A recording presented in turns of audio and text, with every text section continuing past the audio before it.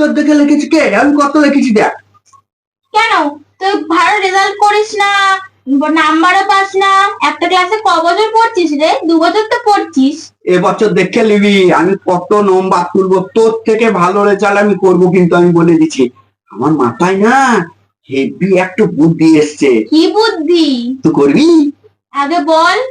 শোন না, এবছর আমি সরস্বতী পুজোয় 3 দিন উপবাস করে থাকবো, আর ভালো ভালো ফল মিষ্টি 100 টাকা দক্ষিণা দিকে 100 টাকা দক্ষিণা দিয়ে পুজো দেবো মা সরস্বতীকে। আর মা সরস্বতী আমাকে একবার অনেক নম্বর দিয়ে দেবে, আমি পাস করে যাবো একবারে। এই কি হয়েছে রে তোদের?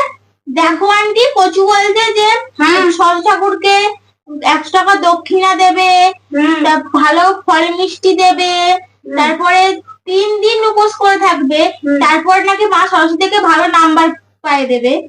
ঠিক বলিনি?